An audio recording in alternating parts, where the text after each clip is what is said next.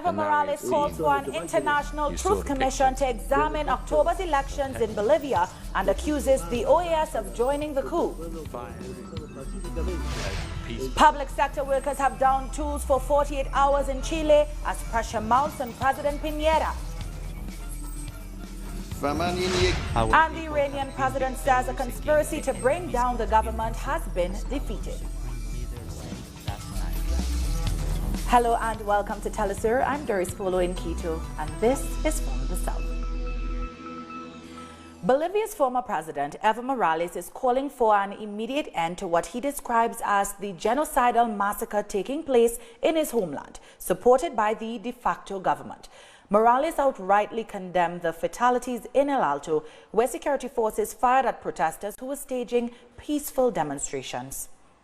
And now we have seen, you saw the pictures of helicopters firing at peaceful protesters in defense of democracy. From Monday until yesterday, there have been 30 people killed. This is like the times of the military dictatorships. Yesterday, after 6 people were killed in El Alto. Again, they were in emergency mobilizing against this terrible de facto government and this massacre. The armed forces and the police should know that international treaties on human rights are above any national norms. These supreme decrees which authorize the armed forces to use violence, gave them a carte blanche. This was only something that happened in military dictatorships. And now this coup d'etat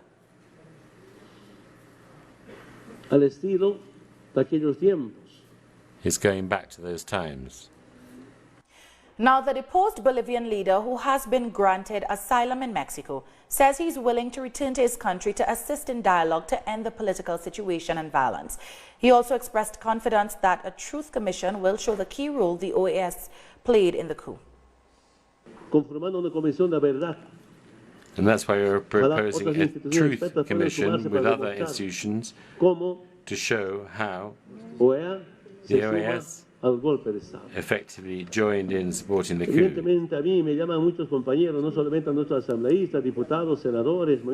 Many people have mentioned to me are members of Congress, and I heard some authorities from the de facto government, and our trade union leaders are taking decisions for marches, blocking. These have been broadened. What can I do from here? And on the ground in Bolivia, security forces have once again trained their guns on protesters in the city of El Alto who were demonstrating against the massacre of local residents at the nearby Sincata fuel depot. Demonstrators were sent running as security forces fired a volley of live ammunition and tear gas at them, severely injuring at least one person. The crowd had gathered to condemn the killing of at least 6 people in a military and police operation that involved soldiers firing on the crowd from helicopters. Reports indicate at least 30 people were injured in that incident. Protesters had been blocking access to the fuel distribution center for several days.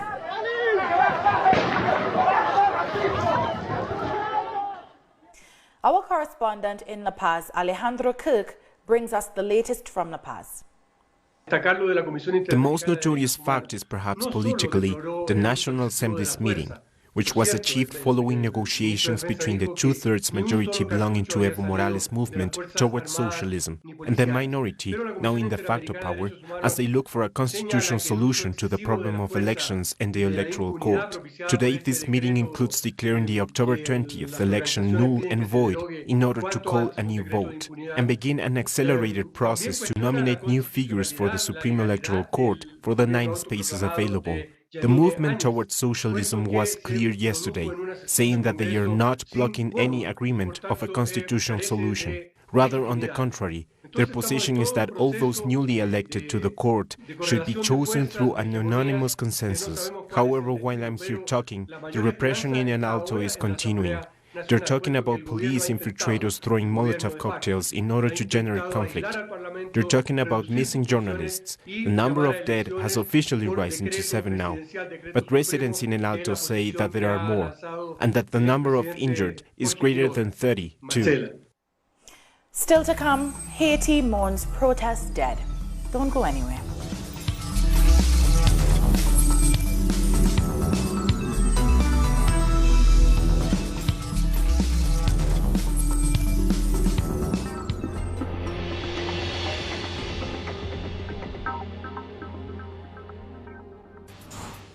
Innovation, science, the technological breakthrough, and its influence in society.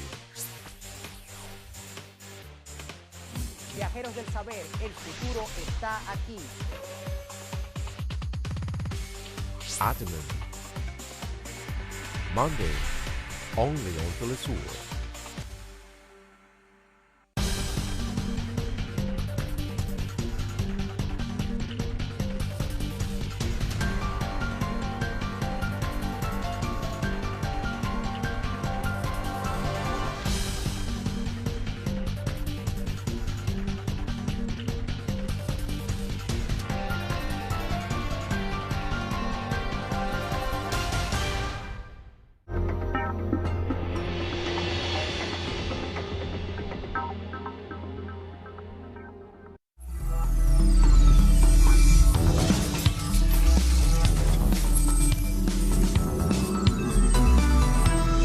Welcome back.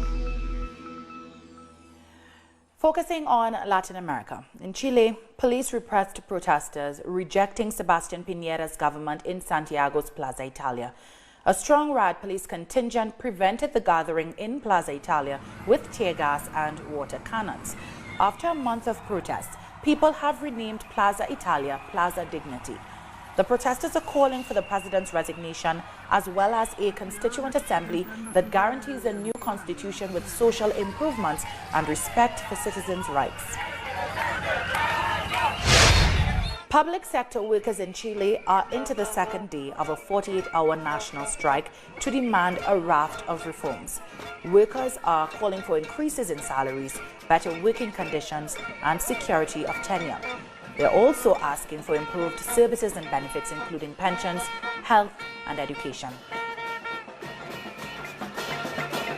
Shifting gears now, Brazil has issued a warrant for the arrest of Paraguay's former president Horacio Cartes as part of an investigation into money laundering. Our correspondent, Osvaldo Zayas, has the details from Asunción. The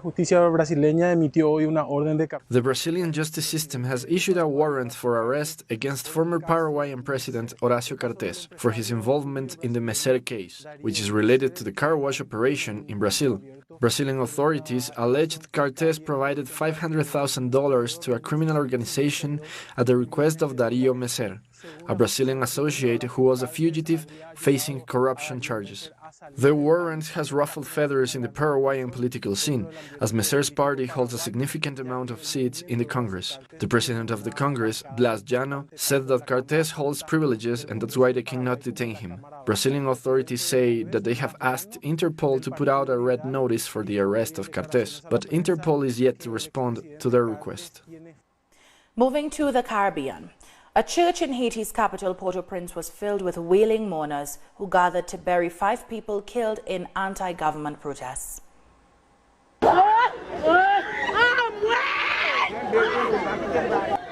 Among the dead was 15-year-old Jasmine Pierre.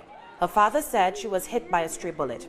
Hundreds attended the funerals for the teen and 4 men, 3 of whom were allegedly shot by police while participating in the protests. More than 40 people have been killed and dozens injured as the demonstrations continue for over 2 months.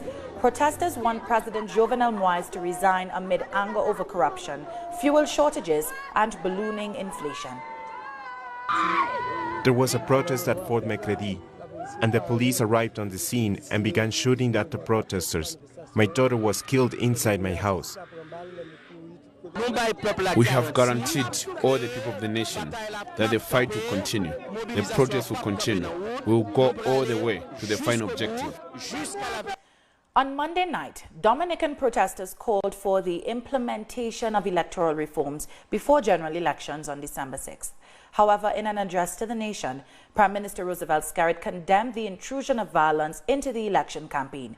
He said that electoral reform is not the reason behind the protests. Today, nomination day in Dominica, it is my very sad duty to inform you of events that took place last evening from about 7:15 p.m. These events signaled the intrusion of violence into the election campaign in a manner that is unfamiliar, unnecessary, and unproductive. Ladies and gentlemen, in 18 days, a general election will be held in Dominica, at which time supporters of the UWP can make their opinions clear in the ballot box. Surely, then, election reform cannot therefore be the real reason for these protests. The main opposition has won Monday's general election in Montserrat. Easton Taylor Farrell has been sworn in as the country's new premier after Donaldson Romeo suffered defeat at the polls. The opposition party, Movement for Change and Prosperity, won 5 of the 9 seats. That all of us must work together for the common good of this country.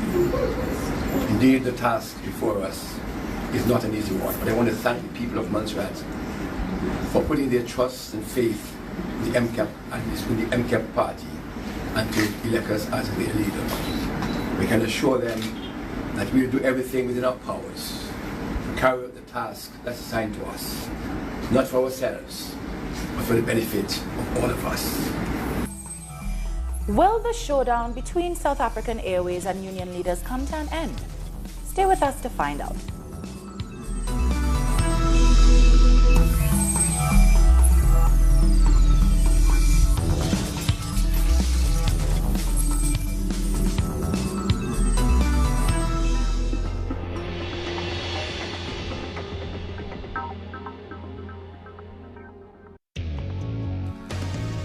A review of the world news that investigates, incites analysis and induces criticism, because every event has a context. Pusimos el punto en la I. Dot in the I. Saturdays, only on Telesur.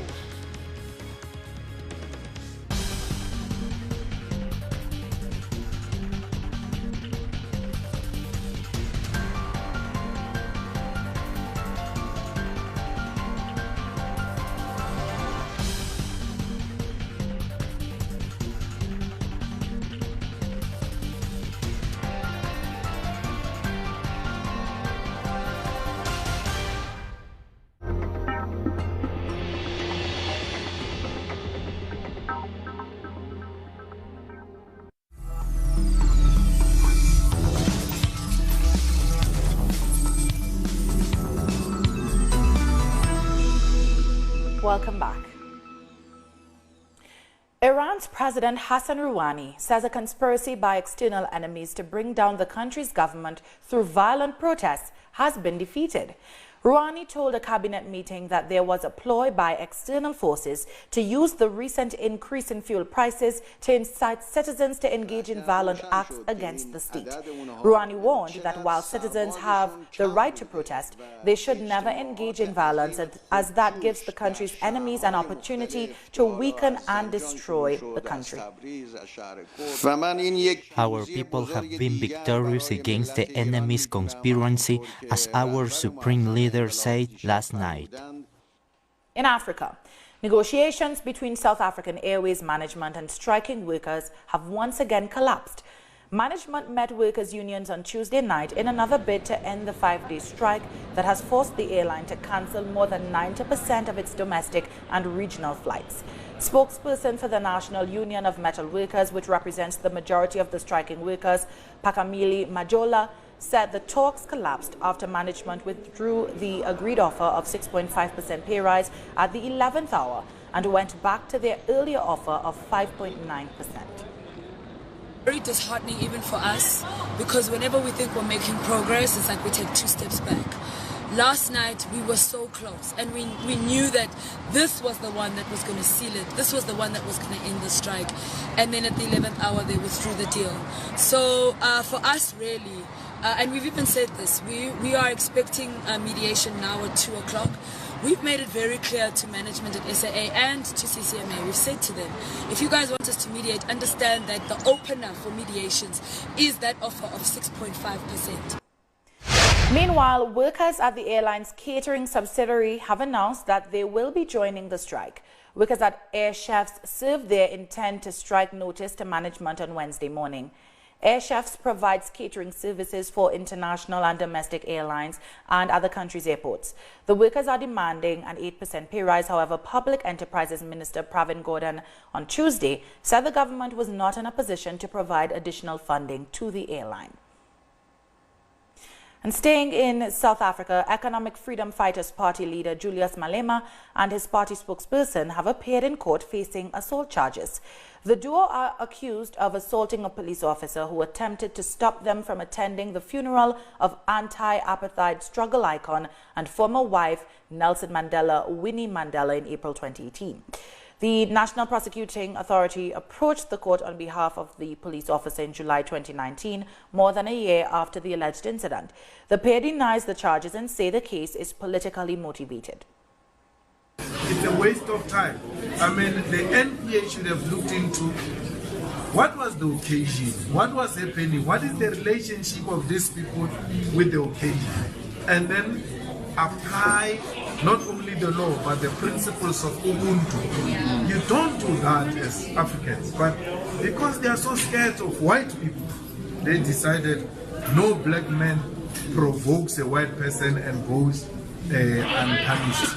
So we're here because we had a scuffle with a white man. If it was a black person, they would have said, the two of you go for mediation, man, and find each other. But you don't touch a white person as a black person. If we did touch it. The streets of Algeria's capital were filled with protesters on Tuesday who were rejecting a presidential election scheduled for December 12th. The protesters have argued that the election will not change anything, as the presence of the same political figures in the government means the election cannot be free or fair. On Monday, 4 demonstrators were jailed for 18 months for disrupting a candidate's presidential campaign. And according to authorities, the election is as a means to an end to the protests which erupted in February. We went out today with the same demands, which are the departure of the gang that is running the country. The result is already known. An election so transparent that we already know who the next president will be. And we are against the arrests of those detained for their opinions. We are out to remove them all. We don't want the vote. Well, we say that all the candidates are Bouteflika. All of them work for Bouteflika. And if we vote for them, it will end up like Bouteflika's time in power. And with that, we've come to the end of this news brief. You can find these and many other stories on our website at telesurenglish.net. For our viewers in Africa, remember you can find us on Starsa Channel 461 in South Africa and Channel 539 in Nigeria. And join us on social media. For Telesur English, I'm Doris Polo. Thank you for watching.